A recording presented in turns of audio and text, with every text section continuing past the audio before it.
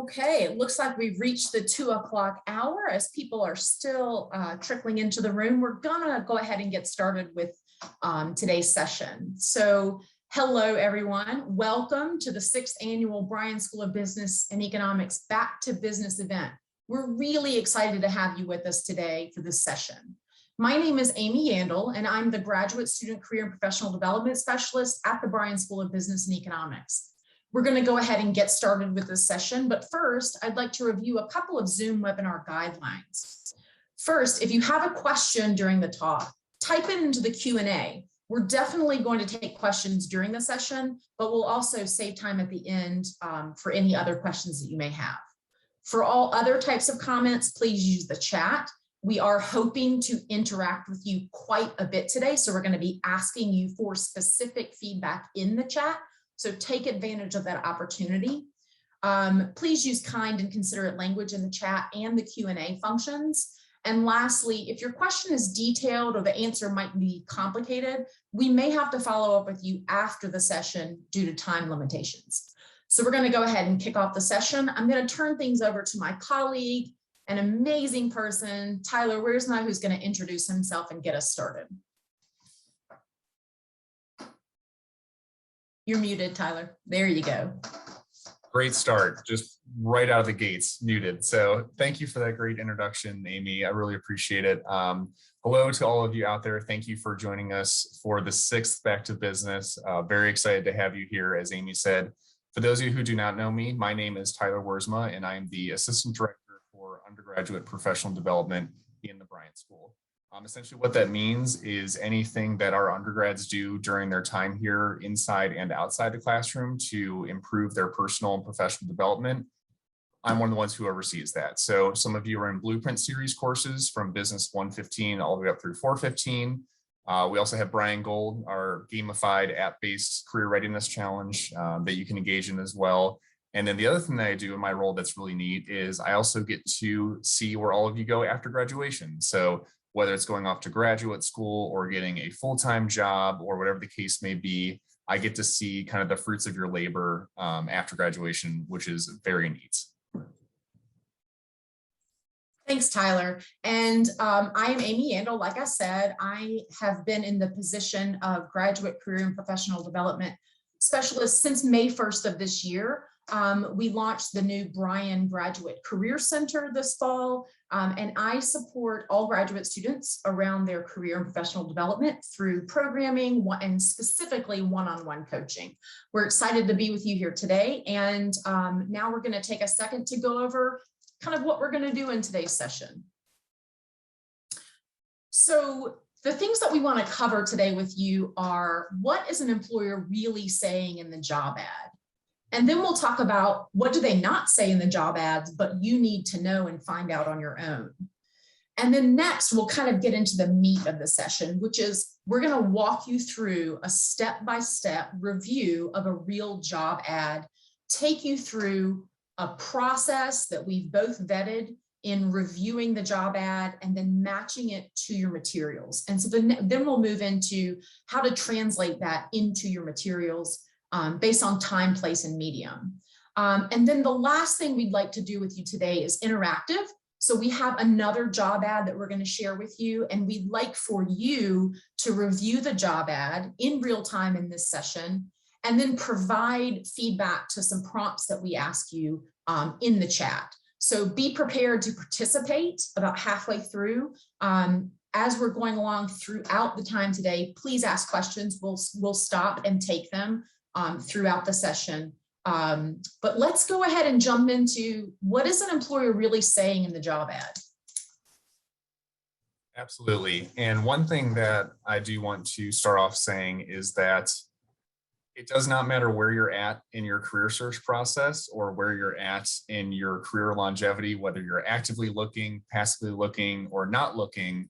I hope that you found throughout all the sessions today, but also this one as well, that you can kind of take this with you, and whether you're putting it into practice today or you're kind of keeping it in your back pocket for later. This stuff's important. And when I teach students about going through the job ad and what to look for, I call it a cheat code. And essentially what the employer is doing is they are giving you the cheat codes. They are telling you exactly what they want to hear from you. It's now your responsibility to do that. So the playbook is laid out right in front of you, and it's all about figuring out how to decipher it. What do I need to talk about? What do they deem most important, which is what we're talking about today. So we're going to start off with kind of a top-down strategy. And I mean that literally. So when you look at the job ad, they are going to place the most important items that they are looking for in a candidate at the very top. Now, I have seen job ads that are 20 bullet points, and I've seen some that are 3 bullet points. It really just depends on how much content the employer is putting into this job posting. But regardless, rest assured, they will put the most important things that they're looking for at the top. So what that means is that when you are going through and you're looking line by line, deciphering these bullet points, it's good to know everything, but it's going to be hard for you to fully address all of them at one time, especially if there's 20 plus bullet points. That's a lot, right? And what you'll find is that there are certain categories that they may put some of these into.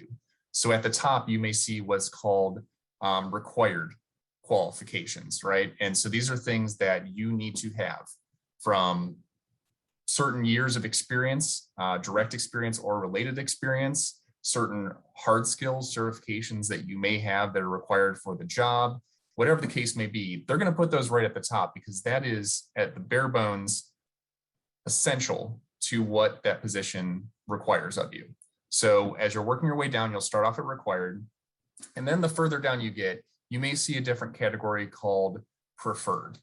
And when you get down there, these are the ones that are really going to set you apart. It's not necessarily required, but at the same time, if they have a bunch of applicants who meet all of those requirements, they're then going to the next step, which is the preferred qualifications. So these are things like certain personality traits that you may have, certain strengths that you may have, things that aren't necessary to being successful in the role, but would separate you from other candidates who are also going after the job. So it's looking for certain wording where, like you see in the yellow box here, demonstrated ability or experience. That means you have actually done this in the past. It is required. It is a one-to-one match with what they're looking for. And then later on as you go, it may be more loose correlations with the job. So things that you have done that don't directly relate, but would probably be really good in the role and would make you very versatile as well. Excellent. So what's not included, but is crucial? So Tyler talked about kind of how to break that code, right? That employers are telling us in the job ads about specific things they're looking for. But everything is about context. In what context are they advertising for this position and asking for these qualifications? So it's really important that you do your research before you apply and really combine the research you've done with the information from the job ad to curate your materials specifically for that opportunity in that specific context. So it's important if you can find the information on the history of the company, the culture of the company, if you can incorporate something about their values and mission. This is really critical because these are key talking points that they're using every day in their organization, and it will really resonate in your materials. In addition, kind of have an idea of what online assets are out there. Do they host a blog, a podcast? Do they have a really active Twitter channel? Anything that you can use to gain more insight and inside information into the company and its culture. Another thing that you can try to figure out, who works there, who already works there, what are their skill sets, what are their experiences? And then lastly, you can find reviews from people who have worked there or done business with the organization, right? To kind of assess how is the organization communicating externally, but also what are people who work there saying? A good resource to find this information out is Glassdoor, right? Because employees can provide feedback on their work experience. So it is important to follow very closely what employers are saying in the job ad. But to complement that, you really need to set up your knowledge of the context of that role within the organization. Okay, so here's a job ad. A lot of words, right? There's a lot going on here. And you see 100% right off the bat, something big number there. They're really trying to catch your attention, right? So this, I would say, is pretty close to a typical length of the average job description. So you see here, you have about 7 bullet points up top where they explicitly state, in this role, you will blank. So again, we're looking at that one-to-one match. These are the actual things that you will do in this role. And then they followed up with, we're looking for people who do blank. Now, I will say they were very nice in the fact they told you explicitly, we're looking for people who do these things. So I talked about the cheat codes earlier. This is about as much cheating as you can get. They're literally telling you, we're looking for you to do these things, right? But as you work through this, there's a lot going on. There's a lot of places you could get lost. And you may not know, what exactly do I need to address? They're asking a lot of things here. What is it, if they had to pick their top ones, what are they really looking for? Well, let's go back to a couple slides ago. Top down, right? They are looking for the most important things up top. And typically, much like a resume, they're putting a very specific action verb or phrase near the beginning to cue you in on exactly what it is that you'll be doing in the role, but also what they're looking for out of a candidate. So one of the first things you do when you go through is weed through kind of all the filler words or words that maybe you don't necessarily fully understand, and try to highlight those key phrases, those keywords, those action verbs, whatever the case may be. And when you do that, it'll look something like this. So we went through, this is an actual job ad, by the way. This is one pulled for a company called HubSpot. And we went through and we identified certain phrases or words that Amy and I would address if we were doing a cover letter or a resume or an interview with this company.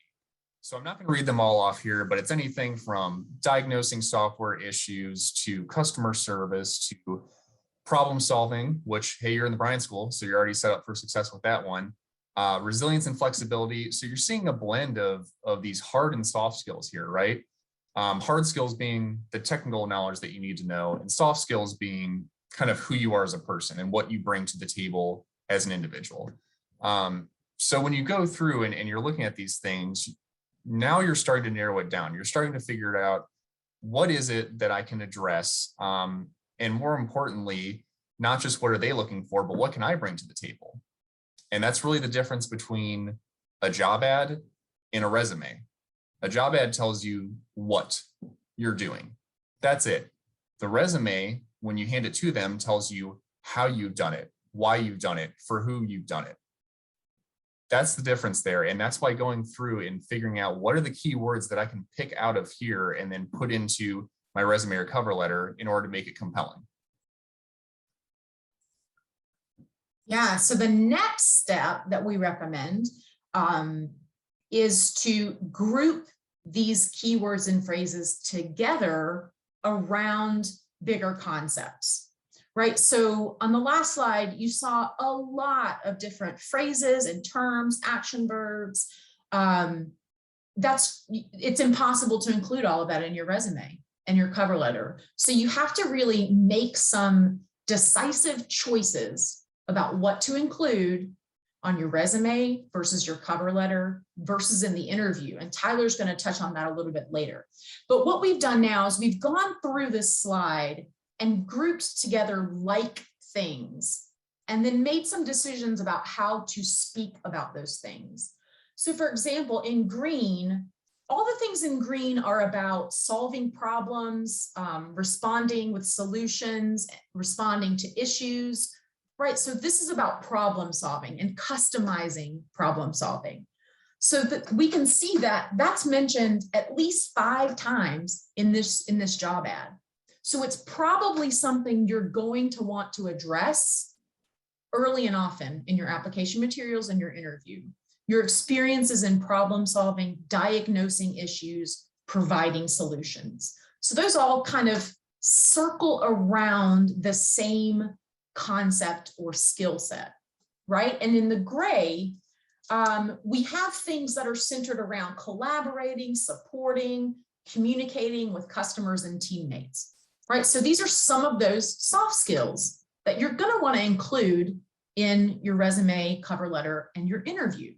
So anytime you can demonstrate something in this area of collaboration, teamwork, communicating thoughtfully, supporting customers, that sort of thing, we're going to address in this heading with these gray topics. So instead of trying to find a way to incorporate all 4 of those individually in my resume, there's no room for that, right? Real estate on a resume is precious, precious space, right? So if you can find a way to have a bullet point that addresses as many of these as it can, you're saving space on that resume to communicate as much as you can, as concisely as you can about your skill sets and your accomplishments. The third grouping we have here is in purple, and these are technical skills, right? These are some of those hard skills that employers are looking for. So technical knowledge, technical aptitude, familiarity with software concepts, right? So this is telling you these are the skills that we're looking for, right? And so you can group that together and talk about it as a unit in your materials. And then lastly, we have the turquoise section, which is talking about adaptability. And they mention autonomy twice in this job ad. So that's probably important to them, right? Because if you look at the top, the first thing they say is that you'll be working 100% remotely, right? So autonomy is an important aspect of being able to successfully work remotely. So you're going to want to hit that idea in your materials to make sure that you're making it obvious for the employer that you're who they're looking for, right? Because you're speaking their language and talking about your experiences in authentic ways, in ways that they can easily connect to. So that's kind of the step-by-step process of analyzing the job ad. And now we're going to pivot to how do you put that into real life scenarios with your materials? How do you pivot from grouping these things into categories that you want to talk about into actually communicating that information? And one of the things that I want to note too is I mentioned earlier top down, right? So it's the idea that they're putting the most important at the top and they're working their way down. And then what Amy just presented to you is grouping. And if you put those 2 things together and you look at this job description, you pretty quickly see the 2 things that they're looking for. They're looking for the green and they're looking for the gray. So they're looking for problem solving and they're looking for the soft skills in terms of customer interaction, collaboration, teamwork, stuff like that. So, you know, without both parts of this process, you could miss that. You might not see that there's such a heavy emphasis on these 2 areas. You know, again, there's double-digit bullet points here, but once you do this process, starting with first identifying the keywords in general and then clustering them by type, very quickly it presented 2 clear things that they're looking for. So maybe that's what you put the emphasis on moving forward. Okay, so here is the tough part. And this plays out in so many different ways because we've already talked about resume, we've already talked about cover letter, and we've already talked about interviewing in terms of how do you translate this job description to what you're doing and how you're telling your story. And this is where the key part happens. And I will tell you up front, this is difficult. It's frustrating. It takes a lot of time. You'll bang your head against your keyboard, but the purposeful and intentional connection between the keywords in the job ad and what you're saying in your resume and cover letter is what's going to get you the interview. And then when you replicate that again in the interview, that's what's going to get you the job. And there's a very clear divide between the people who tailor their materials to the job description and the ones who do a shotgun approach and they send the same resume and the same cover letter, regardless of what position they're going after. There's a big difference. As someone, and Amy and I can both attest to this, as someone who's been on the other side and has reviewed resumes and cover letters, you can tell instantly. And that may be okay if it's not a popular position, but if it's a very popular position at a very popular company, it's going to be competitive, right? And this gives you that edge. So as you're going through and you're looking at all of these keywords, you're starting to identify trends, all that. You're trying to figure out a couple things. The first one is, okay, I have my categories here, right? where do I have experience or skill sets or personality traits that strongly align with that? So we already mentioned what they're looking for. They're looking for two specific things. Now, if you have a ton of experience and you are very well equipped in those two areas, that's great. That's a perfect match for you. If you don't, like maybe you match on some of the lower ones down the list, those different colors, you need to figure out, how do I make sure to touch on the important stuff that they're looking for while also highlighting the stuff that they still want, but maybe it isn't at the top of their required list. So the first thing is figuring out, how do I demonstrate my characteristics and skills within the context of what they want? And really what this comes down to, we mentioned it here, is time, place, and medium. So when you're looking at the process, what we mean by that is, in what avenue do you present this information? What connections do you make? And when do you do it along the timeline? So when you look at the first step of any application, it's resume and cover letter. So right off the bat, you have two very, very important written documents that serve similar purposes, but really they complement each other. That's what creates the holistic applicant in a sense. So your resume is more of the black and white, straightforward, here's my experience. And the cover letter, you get to play around a little bit. You get to be a little bit more creative and tell your story and talk about the things that fill in the gaps that are missing from your resume. Talk more about your personality, more about your overall learning moments, your life's journey, stuff like that. What's great about this is this gives you two opportunities to address different parts of the job ad. So in your resume, you're going to be directly addressing those hard skills, the technical skills they're looking for, the things that they require out of you.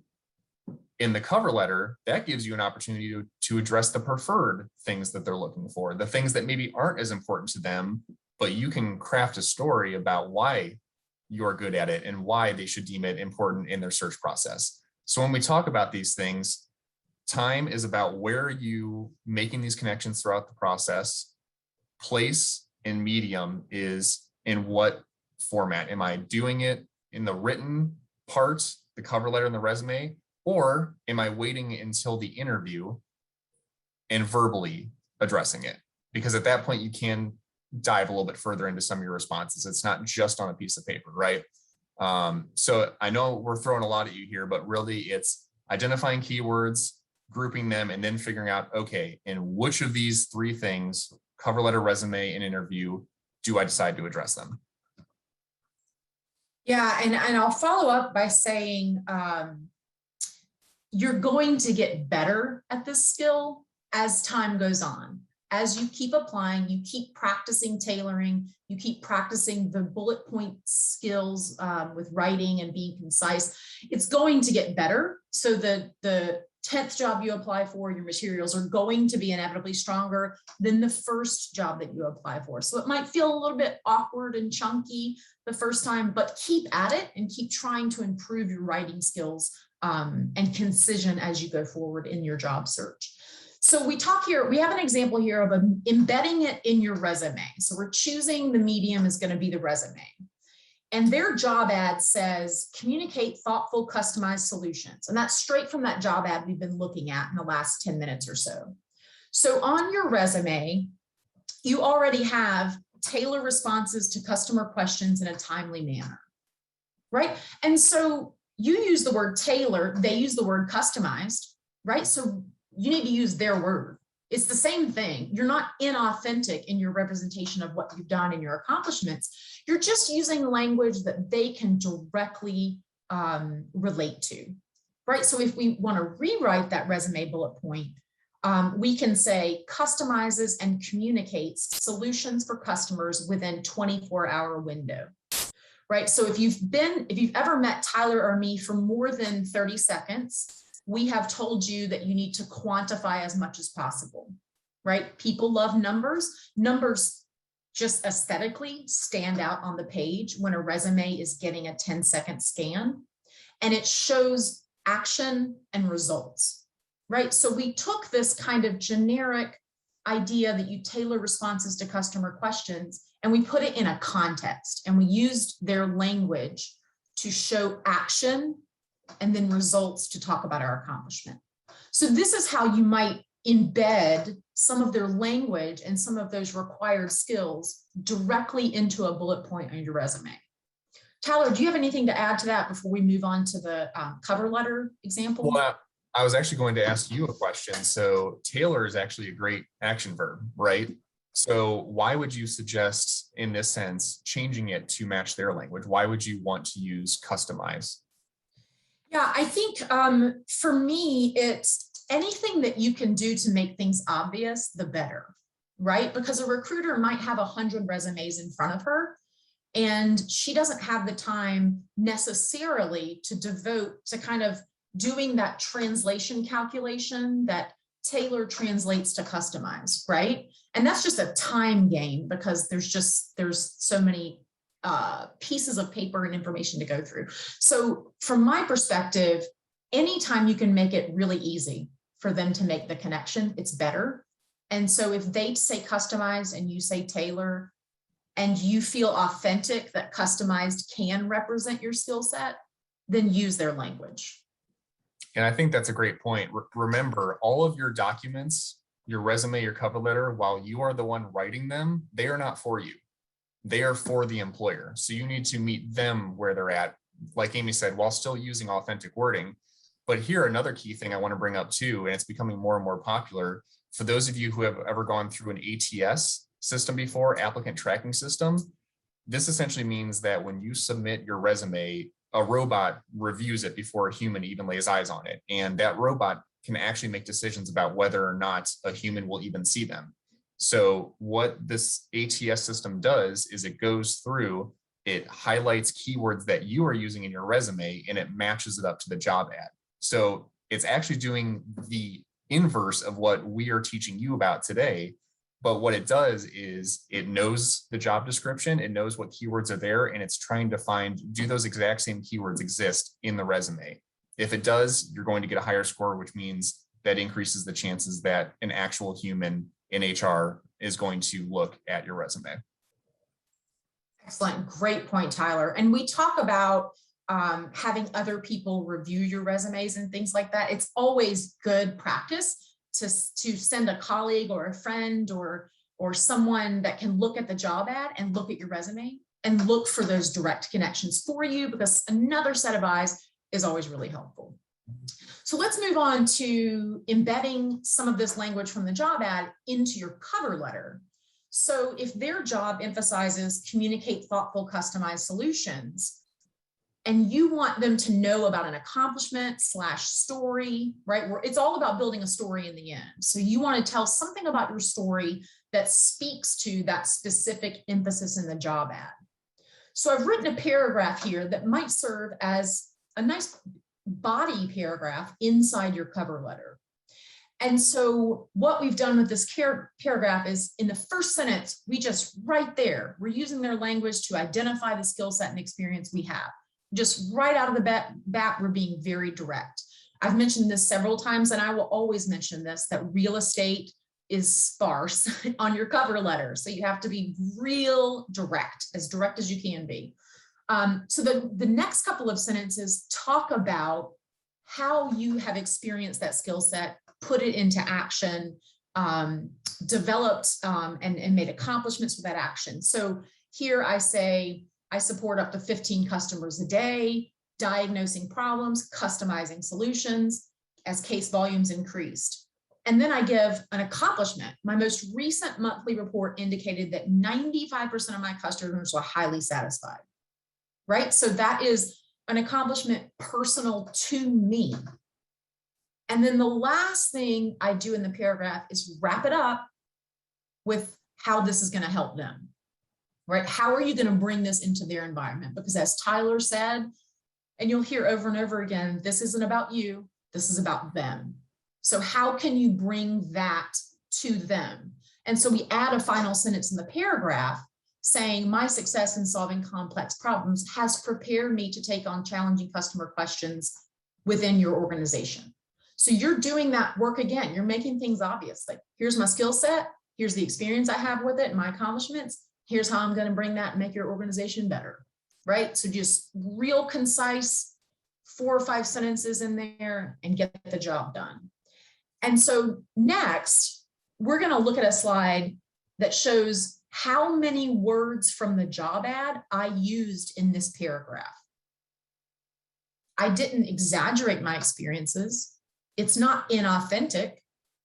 A lot of these are words I would probably already use to describe my experiences, right? But I intentionally use these words to describe my accomplishments and skill sets to make it really obvious why I'm the best fit for this role. Tyler, do you have any thoughts on kind of the idea about embedding things in your cover letter? Yeah, Amy, I think one thing, you keep using the word, you want to be authentic. And I know I've said it too. And you may be thinking, well, why? Who cares, right? As long as it gets my foot in the door for an interview, what does it matter? I know the cheat code now. I know that I can use the words against them. Who cares, right? I have been in a situation where when I was younger in my career, I knew all these tips and tricks. I crafted my resume and cover letter to it. And I wouldn't say that I lied, but I would say that I definitely stretched the truth. And sure enough, they asked me about those things when I got to the interview, and I didn't know how to answer them. And if I did answer them, they were not in depth, and they could tell I truly did not have the experience that it would have appeared I did in my cover letter and resume. So words are powerful. There's a thesaurus for a reason. You know, change it up, make it interesting and eye-catching, but it does have to remain authentic in the fact that if you can't back those up in an interview, then you just essentially wasted your time doing all this and their time interviewing you as well. So, you know, definitely be very purposeful about the wording you use. Make sure you are using their wordings, but make sure you do also have the ability to elaborate on that should you get to the interview stage. That's a great tip. And I do recommend for students to, the last thing they should do before they hit send on a job application is kind of run through your resume, run through your cover letter, look for those key phrases, right? You're already an expert at that because you did it with the job ad. Look at those key phrases, make sure you can talk about it if somebody asks you about it, right? And if you can't, it doesn't belong on your resume or cover letter. You, like Tyler said, I've also been in a situation where I used the company's word and then they asked me to describe my experience in it. And I just couldn't, I couldn't do it. So that is what we mean about being authentic, is that you're able to speak honestly and thoroughly about anything on your resume or your cover letter. And if you can't, find a different way to say it or don't put it in there. Absolutely. Also, Amy, 95% highly satisfied. Your customers love you. You've done a very good job. You know, I do what I can. Okay, enough of us talking. We have talked far too long. It's your turn. So what I would like for you to do is either pull out your phone, turn on your camera and capture that QR code there, or you can type that tiny URL into your search box in your web browser. And essentially what this is going to do is it is going to take you to another different actual job ad. So this is another real life ad that we pulled, different from the HubSpot one that we talked about. And let's put what we've learned into practice, right? That's how you learn. You figure out, what do I need to do to get better at this? And then you go out and do it. Theory to application. So the code says it's invalid. Interesting. Try typing it again, make sure all the letters are correct. Have you tried the QR code as well? See if that works. If not, we can pull up the Google Doc link elsewhere. Another thing you may run into is it taking you to your UNCG account when you go to Google Doc. You may be in your personal Google account, which would kick back on you. So make sure you're logged into your UNCG one. So I'll leave this up here for about another 20 seconds or so and make sure everyone's getting to where they need to go.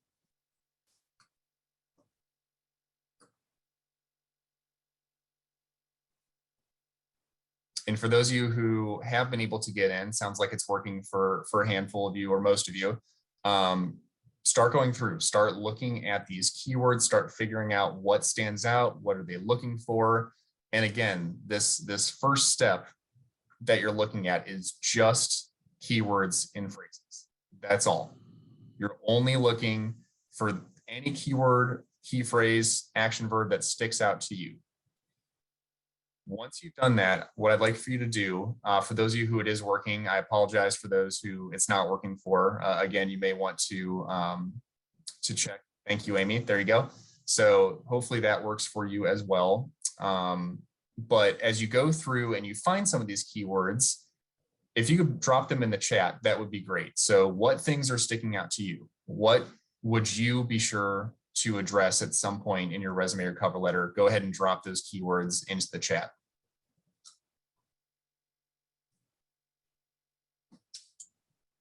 Thanks, Tyler. And for those of you who can't get on using the QR code or that link, I did drop the link directly to the Google Doc in the chat. And you can use that, as Tyler said, with your UNCG credentials. Awesome. So we have our first one rolling in here. James, you said collaborate with the team. Absolutely. Then we have independent. We have creating, collecting, managing, data-driven, analytical, cultivate, visualizing data. Yes, these are all very good. These are ones that we would also pick out. So you have nailed step one. You have identified in general what it is that they are trying to get out of the applicant for this position. Okay, so now sorry, I was just going to say, doing a great job of really tapping into those action verbs. Yes, for sure. Independently driven, collaborating. Yes, you all are nailing it. Okay, you have passed the first test. So test number 2 is, now that you've found these, start to kind of pull them together. Figure out what are the general themes that they're looking for, and then match it up, let's say, to 2 or 3 of your personal skills, accomplishments, experiences, etc. Match it up with something that you have actually done in your life or who you are, and just make sure they're connected in some way. Whether you draw a line to one from the other, you make a mental note. When you see something, it sticks out to you and you're like, oh, yes, I have done X. Jot that down. Looking for like 2 to 3, nothing too crazy. Not looking for perfection here. Just jot down the general idea of the type of connection that you would want to make. So we'll give you about 30 seconds or so to think of what you may want to do here. So we have some examples here. We have someone connecting analytical with courses that they have taken for Excel, Word, and PowerPoint. Absolutely. We have someone who talked about working with a safety team. Absolutely, direct connection. So these are exactly what you should be thinking of. Yes, they want communication, experience with public speaking. This is great. You all are nailing it so far. Collaborative, successful group projects. You all should be running this thing. What are Amy and I doing up here? This is great. Okay, so as you're jotting these down, now's the tough part. So it's one thing to have the thing that you're trying to connect to, where you're connecting it from. It's that bridge. It's the wordsmithing. It's how do I tie these two things together in an eloquent yet also very succinct way, because as Amy said, you don't have much real estate. So it's how do you pull these things together? So we're going to put you on the spot here. It's going to be tough, but think of a bullet point that you could write that ties something from the job description and one of the things you just wrote down for your skills, experiences, etc. Take a shot at a bullet point that you could want to put in your resume. Or if you have a sentence that you could use in your cover letter, or you may say it in an interview, think of that as well. And for the brave souls who are willing to put it out there, go ahead and drop it in the chat so everyone can see. This is how we all learn, right? Keep in mind, strong action verb to start. So whether it's their word, whether it's your word, each bullet point should start with a strong action verb, and then you make the connection after that. So keep that in mind as you're kind of thinking through the process. And take a few minutes and as Tyler prompted you, share your bullet point in the chat. And Tyler, if you'll just shift to the next slide, we'll show an example of a real life version of this, right? So we see the keywords communications, outreach, and collaboration. So under my skills and accomplishments, this is a story I want to tell about myself, right? But I can't write that whole paragraph in a bullet point. So how can I use their language to write a really succinct bullet point? And so you can see here in this, under my bullet point, I use the words that they have as keywords, and I make a concise statement, talk about the size and scope, right? The size of the team, the scope of the outreach, right? So this is just an example of what we're asking you to do and prompting you to do, is write a succinct bullet point, starting with an action verb, talking about a skill set or an accomplishment. So we'll give you about 30 seconds to a minute to share something in the chat box. Be a brave soul. Like Tyler said, this is how we grow and learn.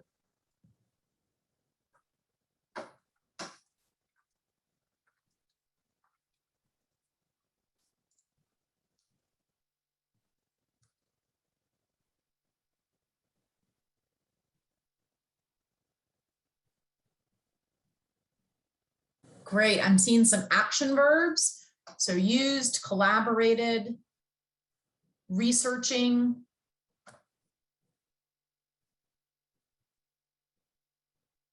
Good, keep them coming, keep working on it, keep thinking, keep challenging yourself to incorporate their language. And one thing to keep in mind as you're doing this too, think about the medium that you're presenting it. So on resumes, you do not have personal pronouns. You don't say I or you or we or us or anything like that. You essentially use the verbiage and you dive right into it without addressing I. Now, in a cover letter, you can do that, and in an interview, you can do that as well. So that's also part of the challenge. It's, you know, if it's more of a story and it's about you specifically and you think you can tell it well, but it's going to involve a lot of I's, maybe it goes in your cover letter or in your interview. Versus if you can tell a very succinct, quick line, do that in the resume, right? So that's another thing to keep in mind as you're going through this process.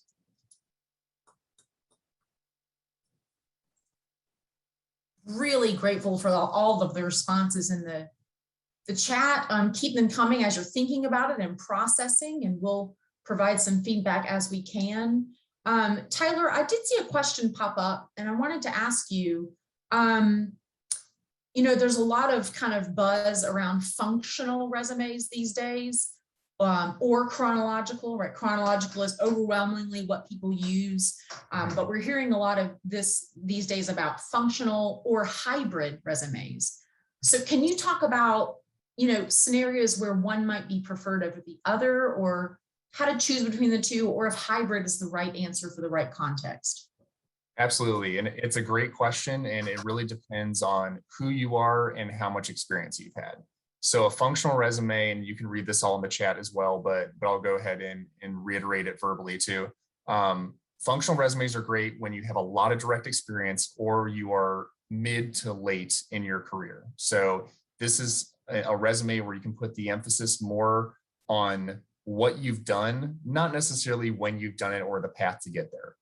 Chronological, as Amy said, is still the primary mode of going about this. And just to give you some insight, I'm still using a chronological resume, and that is essentially putting more of the emphasis on the path to how you got to where you're at now. And this is usually followed by someone who is earlier in their career, or they don't have a ton of direct experience for what they're applying for. So you're putting more of the emphasis on, here's what I've done, here's how I've done it. No, it may not directly apply, but it does kind of work its way toward this position I'm applying for. So you can really kind of move it around depending on what your experience level is. And one other thing too is, once you get to a certain point, you don't have to have your education up top. As Amy said, real estate is super, super important. Recruiters are reviewing your resume, hiring managers are reviewing your resume in 7 to 10 seconds. That's it, which means you are spending some valuable resources on the top quarter of the page when they are spending a couple seconds already reading that, right? So at some point you can kind of push the education down. It may not be as important, and you can move everything else up to put the highlight more on the experience. Yeah, and I'll add that, as Tyler and I have both intimated directly, every resume is different, right? Because every position is different, every context is different. And so it can be a very overwhelming process to manage your job search endeavors, right? It can be exhausting. You can look at a job and think, I'm going to apply for this job. I'm such a good fit. And a week later, you're like, I don't have time to apply for that job, right? Because we're reinventing the wheel constantly. So one thing that I recommend, and we're going to transition kind of what should your next steps be? The one thing that I would recommend has been the most helpful for me and students who I've worked with is having a primary resume. Okay, so this is the resume that catches everything, right? It could be 15 pages long. It has every time you've ever sneezed on it. It has every certification you've ever done, every award you've won, every education, every experience, many bullet points as you want. Fill the pages, right? You're never going to send that to anyone. What that is going to do is have a holding place for all of your experiences and information so that when you see a job pop up and you're like, I'm a good fit for that job, you have something to draw upon instead of opening up a blank Word document and starting from the top and writing something new every time. So then it's a matter of going through systematically and reviewing the job ad, pulling up that primary resume, looking for the matching, and then drag and drop, right? And tailor the bullet point for that specific situation. So we're still tailoring, right? It's not just a direct drag and drop, but you have something to rely on and start with. It is too exhausting and we're all too busy to write a fresh new resume every single time. So my number one advice is have that primary resume that you can always rely on, keep it updated once a month if you want to update it. I think that's a good kind of checkpoint to do that. So as far as next steps go, if you have any spare time, start working on developing that primary resume so that it'll make the job search 2 months from now much easier and faster and less stressful. What other tips do you have, Tyler? I put on here kind of just a reminder of the next steps, but I've heard you talk a lot about how your resume, cover letter, and interview tell a story. So we've kind of really talked about like the system and processes of deciphering a job ad and kind of figuring out where to place it. But why is it important for all of your materials to tell the same story? It helps build your brand and your personal brand. Keep in mind, sometimes you may have a contact. You may know someone who works at the company who has either referred you or they have helped at least get your foot in the door to this point. A lot of times that's not the case. A lot of times you are going in cold and whoever is reviewing your resume and cover letter has zero idea who you are. We actually just talked about this yesterday in Business 215 for sophomores. It's this concept that we know our story very well because we've lived it. And when you know something very well, when you tell someone else, you leave important parts out because it's second nature to you. Actually, it's first nature because it's you, right? So when you're developing this story, you have to make sure to kind of start from square one and you have to give them the whole thing. You have to give them the context. You can't just say, I am blank person. You have to help bring together all these different parts of your brand to help them understand why you're that person, right? It's so crucial. And one thing we do want to get across as well is sometimes less is more. And you have your resume, cover letter, interview. That's 3 different ways you can tell your story in a certain sense. But there's a point where you go overboard and it pulls away from some of your main, most compelling stories by trying to tell too many. So when you're able to kind of hone in on like 2 or 3, at bullet point number 6 right there is a perfect point. Choose 3 short stories or accomplishments in your cover letter that you want to highlight. If you go any more than that, they may forget because it's not, oh, this person had this 1 or 2 things and I remember that specifically. Once you start saying 4, 5, and 6, it may get lost in the shuffle. It may take away some of the compelling nature of what you're writing. So all of this to say that I know we've thrown a lot at you today, but don't feel the need to tackle everything at once, because at some point it actually starts working against you when you start to do too much at once. Great advice, Tyler. Fantastic. And I'll just address one question that came in the chat, which is, how do you address the person reading your cover letter when it's not clear who the HR representative or hiring manager is? And I struggle with this every time I write a cover letter. You know, you can use things like dear hiring manager. I tend to err towards dear search committee, right? So you're addressing kind of a community of folks who will be looking at your resume. Tyler, what's your kind of best practices with this? Those are the two, and honestly, those should probably be the only two that you use if you don't know the name. I know To Whom It May Concern is a popular one, but it's no longer the 1800s. So let's go ahead and change up that wording. That's one. And then another one that's very popular, and some of this just comes with how you were raised and being polite. But I would no longer use dear sir or dear madam. You know, we want to be gender inclusive as well, because we don't know who's on the other end. So if you do dear search committee or dear hiring manager, those are the two, unless you know the person's name. If you know the person's name, great. If you think you know the person's name, take a stab at it. If you have gone on the organizational chart and you see, oh, I think this person is actually the one who would be my supervisor, use their name, because if you're wrong, then, you know, that's a bummer, but what does it show? It shows that you put in the effort to go research the company and try to find the person who you're going to report to. So I think the two that Amy mentioned are great. I would also try your best to find the person's name. Great. Thanks so much, Tyler. We're coming up at the end of our time. If you'll see on the screen now that the scan code is there for Credit and Brian Gold. And I'd just like to say thanks to Tyler for all of your insight and everything you shared. The next session begins shortly at 3 o'clock, and it's the Student Organization Roundup. Don't forget the B2B party tonight. The gates open at 5 p.m. And for students, that is the gate nearest to the Bryan building. Arrive early for free food, t-shirts, and a DJ and a photo booth. Supplies are limited, so get there right at 5 if you can. Just a reminder, the party is open to Bryan students only. We're excited to see you there. And Tyler, thanks again for partnering together on this. It's always a pleasure to work with you. Thank you to the students who joined us. And we will see you at the next couple of B2B events. Thanks, everyone.